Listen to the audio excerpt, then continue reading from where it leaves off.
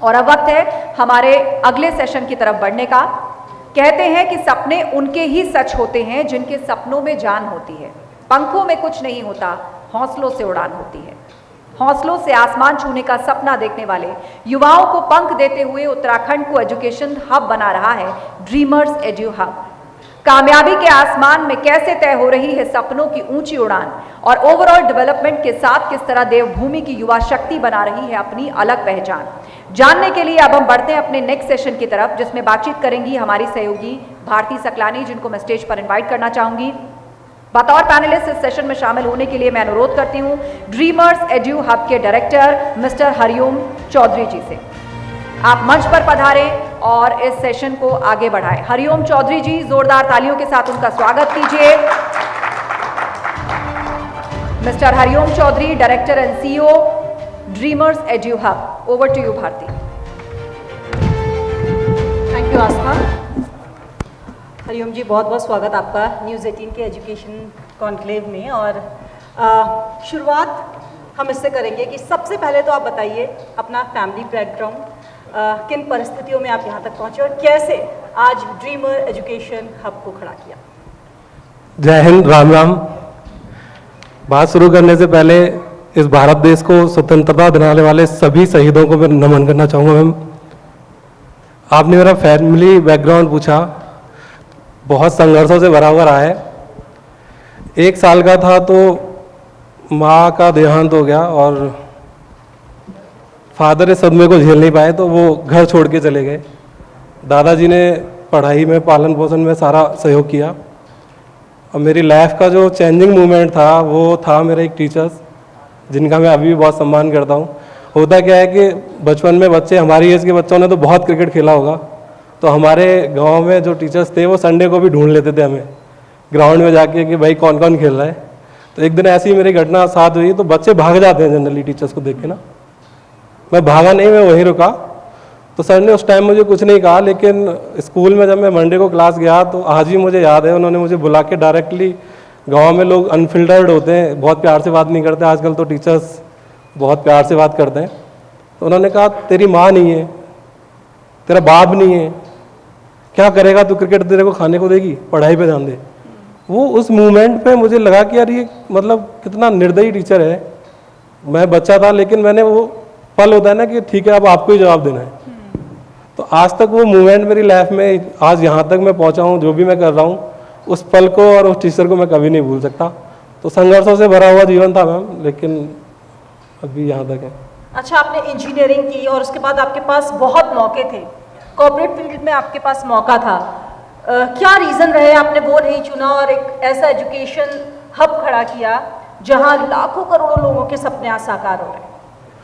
Ma'am, फौज में जाने के लिए जनरली कहावत है कि सबसे बड़ा स्टेट तो उत्तराखंड है, लेकिन गांव के लोग जो होते हैं वो फौज को बहुत प्यार करते हैं और जनरली बच्चों का सपना होता है कि मुझे फौज में जाना है। रूरल बैकग्राउंड्स में अगर देखा जाए तो 10वीं क्लास तक मेरा भी सपना था कि मैं भी एक फौजी बनूंगा या आगे फौज में कुछ ऑफिसर्स बनूंगा, लेकिन मेरे साथ किस्मत को कुछ और ही मंजूर था। तो मैथ्स का पेपर दे के मैं वापस लौट के आ रहा था। हमारे टाइम में हम साइकिल से पेपर देने जाते थे और गद्दी से उठ के साइकिल तेज चलाने के लिए खड़े होकर साइकिल चलाते हैं। तो मेरी उस टाइम पे चैन उतर गई और मैं गिर गया, तो मेरी हड्डी टूट गई। तो उस टाइम पे मेरा फौज में जाने का सपना वहीं ख़त्म हो गया, लेकिन पढ़ाई अपनी जारी रखी। और जैसे ही मेरी इंजीनियरिंग कंप्लीट हुई तो मुझे एक ख्याल आया कि चलो मैं तो नहीं जा पा रहा हूँ, लेकिन क्या मैं कुछ ऐसा कर सकता हूँ जिससे ऐसे बच्चे जो फौज में अधिकारी बनने का सपना देख रहे हो उनके लिए कुछ कर सकूँ।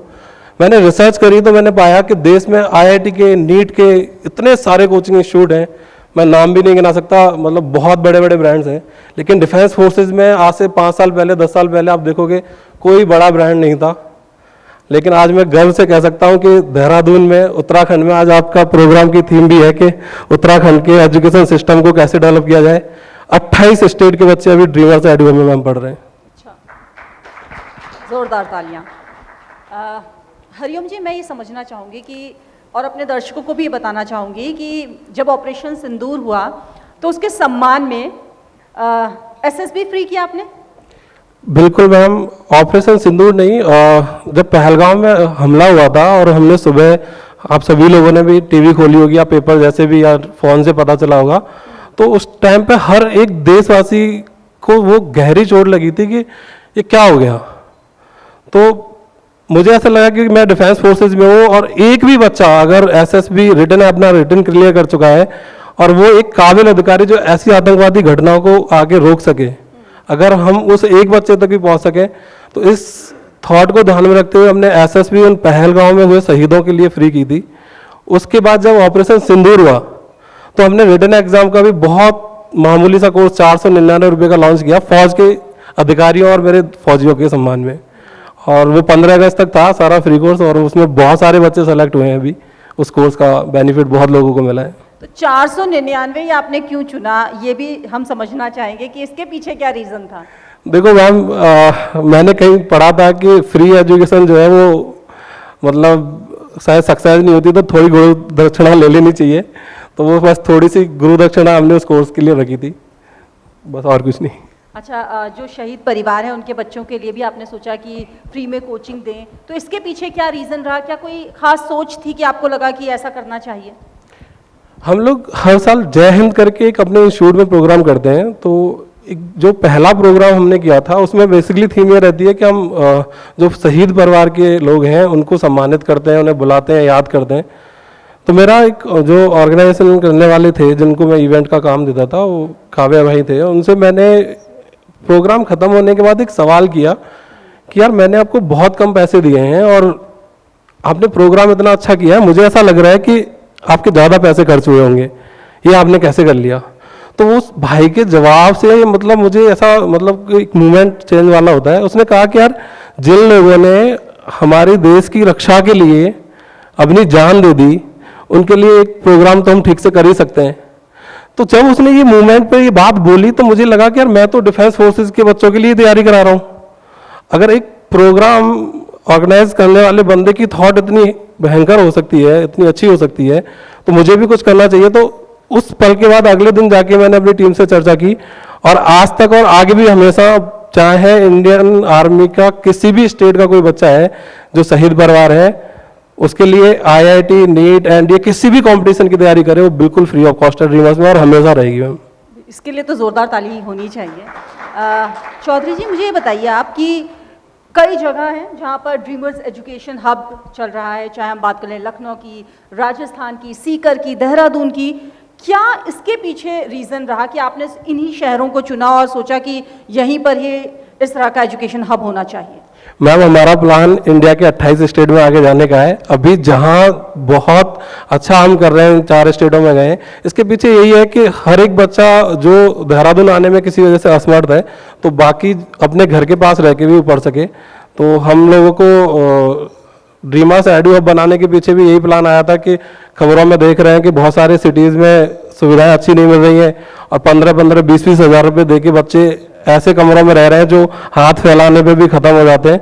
तो ड्रीमर्स है जो बेटर हॉस्टल्स, बेटर एजुकेशन और एक मतलब घर जैसा माहौल देने की हम कोशिश कर रहे हैं। तो यही है। अच्छा, एक जो टॉपिक है उसकी चर्चा हर जगह हो रही है कि जो ड्रीमर एजुकेशन हब है, 1 महीने के अंदर 35 बच्चों का सिलेक्शन एनडीए में होना, और उसमें 6 बेटियां भी शामिल हैं, ये कैसे सक्सेसफुल हो पाए? मैम, इसके लिए मैं अपनी पूरी टीम को धन्यवाद देना चाहूँगा। अभी नेक्स्ट एनडीए एग्ज़ाम आ रहा है और पिछले 15 दिन से मेरे सारे बच्चे और सारे टीचर्स पूरी रात पढ़ा रहे हैं। तो एक इकोसिस्टम हमने क्रिएट किया है डिफेंस फोर्सेज में अधिकारी बनने के लिए, चाहे एसएसबी ग्राउंड चाहिए, चाहे आपको जीटीओ चाहिए रिटायर्ड अधिकारी, चाहे आईओ, चाहे साइकोलॉजिस्ट। 11 लोगों की टीम है जो अभी लेटेस्टली फौज के DIPR क्वालिफाइड अधिकारी हैं, वो ड्रीमर्स के पैनल टीम में है, और वो बच्चों को लगातार तैयारी कराते हैं। रिटन के लिए भी हमारे बहुत अच्छे आंकड़े आए हैं, अभी 535 से ज़्यादा बच्चे सेलेक्ट हुए। लेकिन एसएसबी की जो टीम है हमारे पास, वो वही टीम है जो अभी कुछ दिन पहले एसएसबी इंटरव्यू ले रहे थे, अभी वो जस्ट रिटायर हुए और ड्रीमर्स का अभी वो हिस्सा है। तो पर्सनली आप ड्रीमर्स एजुकेशन हब में जो बच्चे हैं उनसे जुड़े रहते हैं, क्या कोई खास वजह है या कोई किसी बच्चे की ऐसी कहानी है, चाहे वो लड़का हो लड़की हो, जिससे आप प्रभावित हुए हैं, आप शेयर करना चाहेंगे? बिल्कुल मैम, यहाँ जितने भी लोग बैठे हैं वो समझ सकते हैं कि कोई कहानी अगर इंस्पायर करती है तो वो अपनी से जुड़ी हुई जैसी होनी चाहिए। एक बार अभी 1-1.5 साल पहले की बात है, मैं अपने ऑफिस से निकल के जा रहा था, तो एक पेरेंट्स फीस सबमिट कर रहे थे, हमारे जो फीस काउंटर है, मेरी निगाह जब उनके फीस सबमिट करने पे गई तो वो 10-10 के नोट वहाँ काउंटर पे दे रहे थे। तो मुझे लगा कि कुछ इंटरेस्टिंग है, आज तक मैंने ऐसा पेरेंट्स नहीं देखा कि जो 10-10 रुपये लेके आए। तो मैं उनके पास गया कि सर कैसे, और उन्होंने मुझे पहचान लिया। ड्रीमर्स में हम कुछ फिल्टर्स लगाते हैं एडमिशन लेने से पहले कि कहीं ऐसा तो नहीं कि बच्चे को ज़बरदस्ती भेज दिया माँ बाप ने। तो पेरेंट्स डर गए कि सर उठ के आ गए, कहीं ऐसा ना हो मेरे बच्चे का एडमिशन यहाँ ना हो। तो मैंने उन्हें समझाया, नहीं नहीं बताइए अब क्या है। तो वो जो पेरेंट्स थे वो 3 साल से मैम पैसे जोड़ रहे थे रिक्शा चला के अपने बच्चे के लिए। वो मोमेंट मुझे ऐसा लगा कि शायद मैंने इसी दिन के लिए ये इंस्टीट्यूट स्टार्ट करा होगा कि मैं ऐसे बच्चों की हेल्प कर सकूं। मैंने उनकी फीस लौटाई, वो वहाँ किस तरीके से इमोशनल वेयर हुए वो तो खैर बहुत बड़ी कहानी है। लेकिन उस बच्चे को मैंने उस टाइम पे बोला था कि अगर तुमने पढ़ाई में मेहनत नहीं करी तो मैं फीस में वापस ले लूंगा, मतलब आपके पेरेंट्स से बोलूंगा कि फीस जमा कराओ। 1 साल बाद जब वो बच्चा एयरफोर्स में सेलेक्ट होके मुझे ऑफिस में मिठाई खिलाने आया ना मैम, वो मोमेंट्स और वो खुशी जो मैंने फील करी वो शायद अभी तक नहीं कर पाया हूँ। आप तैयारी करवाते हैं डिफेंस की, बच्चे सेलेक्ट होते हैं, क्या लगता है आपको, आपकी नज़र में, कि देश की सीमाओं को अगर हमें मजबूत करना है तो क्या कदम भारत को उठाने चाहिए? देखो, देश की सीमाएं मजबूत में तो मुझे कोई डाउट नहीं है। इंडियन एयरफोर्स, नेवी, आर्मी बहुत भयंकर है हमारे देश की और सारा देश प्राउड करता है। लेकिन मुझे आजकल जो मैं माहौल देख रहा हूँ, मुझे देश की सुरक्षा जो है अंदर से भी करनी पड़ेगी।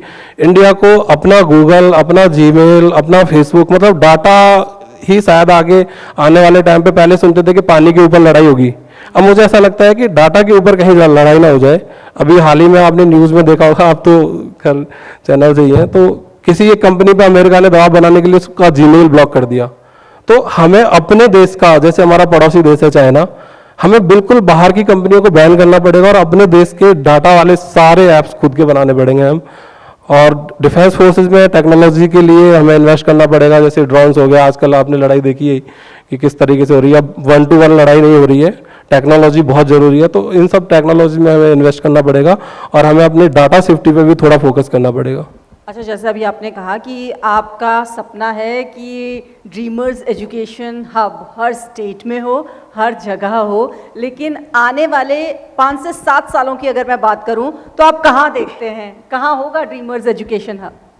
मैम बिल्कुल आपने सही सवाल पूछा, 5 से 7 साल वाला। और हम भी पहले 5 से 7 साल की प्लानिंग करते थे, लेकिन जब से AI आया है, मैं आपको बताना चाहूँगा कि हमें 3 महीने के और 6 महीने के प्लान बनाने पड़ रहे हैं। और आप बिलीव करेंगे मैम कि ऐसे डिवाइस अभी हमारी टीम काम कर रही है कि वो टीचर्स की तरफ लगा दिया जाएगा और स्टूडेंट्स की तरफ लगा दिया जाएगा। हमारे एकेडमी में बहुत जल्दी हम उसे इंट्रोड्यूस कर रहे हैं, क्योंकि अब ये आपका कॉन्क्लेव भी ऐसा है कि एजुकेशन को कैसे बेटर करें। तो वो डिवाइस ऑटोमेटिकली मुझे रिपोर्ट भेजेगा कि इस टीचर ने कितनी एफिशिएंसी से पढ़ाया है और कौन कौन बच्चा ठीक से पढ़ रहे थे। एक डिवाइस हम बना रहे हैं जिसमें आप बच्चे की कॉपी डालो, उसके पूरे मार्क्स चेक करके वो PDF बना के भेज देगा कि इसके बच्चे की कहाँ कहाँ गलती थी और कितना स्कोर है। ठीक है, मैं अगर आप चाहो तो मैं आपको अभी, जैसे टूल्स है हमारे, मैंने अभी आप हमारी बातचीत जो हो रही है उसको भी मैंने अभी स्टार्ट किया है। तो अभी जो हमारी बातचीत हुई है उस पर भी देखो, एक मेरे टूल ने स्टोरी बना दी। अगर आप कहो तो मैं चला के दिखा सकता हूँ, इतना एडवांस हो चुका है AI, अगर आप परमिशन दें तो। हरिओम जी, एक सपने की उड़ान। हरिओम जी, एक सपने की उड़ान। हरिओम जी, एक सपने। एक सेकंड मैम, उड़ान। हरिओम जी, ये पूरी स्टोरी बन के आ गई मैम। जी, आप कैमरामैन भी दिखा सकता है, जो भी स्टोरी है कंप्लीट। ये जो हमारी बातचीत हो रही है इसकी डेफिनेटली देखो, इसने कितनी शानदार स्टोरी बना दी। इतना एडवांस है आजकल तो बहुत एडवांस है ये। अभी मैं अगर चलेगा तो चला के भी दिखा दूंगा। एक सपने की उड़ान। हरिओम जी, कुछ टेक्निकल फॉल्ट है, थोड़ा लेकिन सा स्टोरी network पूरी का आ issue चुकी है, है, जो स्टोरी पूरी बन चुकी है। अभी हमारा चलते हुए इंटरव्यू पे इसने हमारी बातें सुन के स्टोरी बना दी है पूरी कंप्लीट। तो आगे अगर एजुकेशन को इम्प्रूव करना है तो हमें AI को डेफिनेटली यूज करना पड़ेगा एजुकेशन सिस्टम को सुधारने के लिए। और वो डेफिनेटली अब आने वाले टाइम में, मैं तो अपने बच्चों से भी घर में बोलता हूँ कि पढ़ाई भी करो मैथ्स के साथ साथ, और गेम खेलना बंद करके आजकल AI सीखना स्टार्ट करो। अच्छा, बेटियों की जैसे हम बात कर रहे थे कि आपके एजुकेशन हब से भी 6 बेटियों का सिलेक्शन हुआ जिसकी चर्चा हर तरफ हो रही है, तो अभी आप कहाँ देखते हैं देश की सीमा पर भी बेटियां तैनात हैं?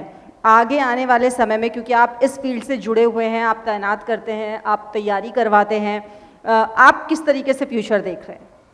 देश की बेटियां तो देखो, जैसे रानी लक्ष्मीबाई है, वो तो पहले ही अपना देश में योगदान दे चुकी। कई बार हमें लड़कियों के फ़ोन आते थे पहले कि सर क्या लड़कियां एनडीए का एग्ज़ाम नहीं दे सकती, तो हम भी मजबूर थे कि मना कर देते थे कि बेटा एनडीए में अभी लड़कियां नहीं जाएंगी। अब तो आरआईएमसी, सैनिक स्कूल और एनडीए हर जगह लड़कियां जा रही हैं। तो मैं, जिन लोगों ने ये विचार किया कि देश की बेटियों को सीमा में सुरक्षा में भागीदार होना चाहिए, उन लोगों को कोटि कोटि नमन करूंगा और धन्यवाद दूंगा, क्योंकि लड़कियां अभी ऑपरेशन सिंदूर में सबने देख ही लिया होगा, सोफिया मैम को और wing commander Vyomika Singh ma'am को। तो बेटियां हमारी देश की रक्षा के लिए हमेशा पहले से ही थी। मतलब मैं ये कहता हूँ अक्सर इस सवाल पे कि ये तो माँ दुर्गा और माँ काली का देश था।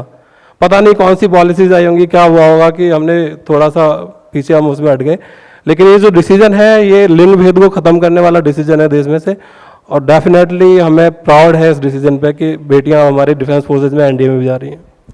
सिलेक्शन के बाद भी आपसे बच्चे कनेक्ट होते होंगे, क्या बताते हैं, कैसी बातचीत होती है? क्योंकि आप पर्सनली कनेक्ट रहते हैं उनसे, उनके साथ एक रिश्ता बन जाता है, तो क्या कैसे कनेक्ट रहते हैं उनसे आप? मैम, मैं आपको ये बताना चाहूँगा कि मेरी जो ऑफिस है उसमें कोई गेट नहीं है। पूरे इंस्टीट्यूट में सिर्फ मेरा ऑफिस ही ऐसा है जिसमें दरवाज़ा नहीं लगा हुआ है। इसका मतलब ये है कि मैं हर एक स्टूडेंट से मिलने के लिए हमेशा अवेलेबल होता हूँ। सारे काम मेरे बाद में होते हैं। जो इंस्टीट्यूट में जो छात्र पढ़ रहा है वो मेरे लिए सबसे टॉप प्रायोरिटी है, और सारे बच्चों को मैं अकेडमी में पर्सनली जानता हूँ। और आगे मैं आपको एक और चीज़ बताना चाहता हूँ, जब हम न्यूज़ पढ़ते हैं या कहीं ऐसे खबर सुनते हैं कि कंपटीशन एग्ज़ाम की तैयारी करने वाले बच्चे ने आत्महत्या कर ली, तो उससे ज़्यादा खराब एक एजुकेशनिस्ट होके कोई बात लगने वाली मुझे नहीं लगती कि कुछ होता होगा। हम लोग ऐसा डिवाइस बना रहे हैं, उसमें जो डिवाइस है 15 से 20 साल एक्सपीरियंस साइकोलॉजिस्ट की तरह काम करेगा, और बच्चा उससे आके बात कर सकेगा अपनी समस्याओं के बारे में, डिप्रेशन के बारे में। और अब जब भी बच्चा को उससे कभी ऐसी बात करेगा कि मुझे सुसाइडल थॉट आ रहे हैं या मैं परेशान हूँ, एक्चुअली मैम होता क्या है कि कुछ खबरें ही हमें मिल पाती है कि बच्चे ने सुसाइड कर लिया। ये कंपटीशन जो है तो कितने सारे बच्चों को जिंदा लाश बना देता है। हर रोज डिप्रेशन रहता है, टेंशन रहती है, मेरा सिलेक्शन होगा या नहीं होगा। तो हर एक एकेडमी को, हर एक यूनिवर्सिटी को इस चीज़ पे भी काम करना चाहिए कि अगर बच्चा डिप्रेशन में है तो उससे उसको कैसे उबारा जाए। तो अभी तक तो मैं पर्सनली सारे बच्चों से मिल रहा था, लेकिन बहुत ही जल्दी 1 महीने के अंदर ड्रीमर्स में हम एक डिवाइस लगा रहे हैं, उससे बच्चा अपनी आके सारी समस्याएं सॉल्व करेगा और वो बिल्कुल मेरी तरह जवाब देगा। और अगर कुछ हार्ड लगेगा हमें उसकी बात में, कन्वर्सेशन में, तो उसका मैसेज मेरे पास आएगा कि अगर कुछ जैसी वो टफेस्ट बात करता है कि सर मेरे सुसाइड करने की इच्छा हो रही है, मैं नहीं कर पाऊंगा, मैं परेशान हूँ, तो उसको हम पर्सनली जाके फिर मिल सकें। बहुत अच्छा लगा आपसे बातचीत करके, आपके शून्य से शिखर तक के सफ़र को जानकर, समझकर, और आगे जो आपने फ्यूचर प्लान्स किए हैं ड्रीमर्स एजुकेशन हब के लिए, उसके लिए आपको बहुत बहुत शुभकामनाएं हरिओम चौधरी जी।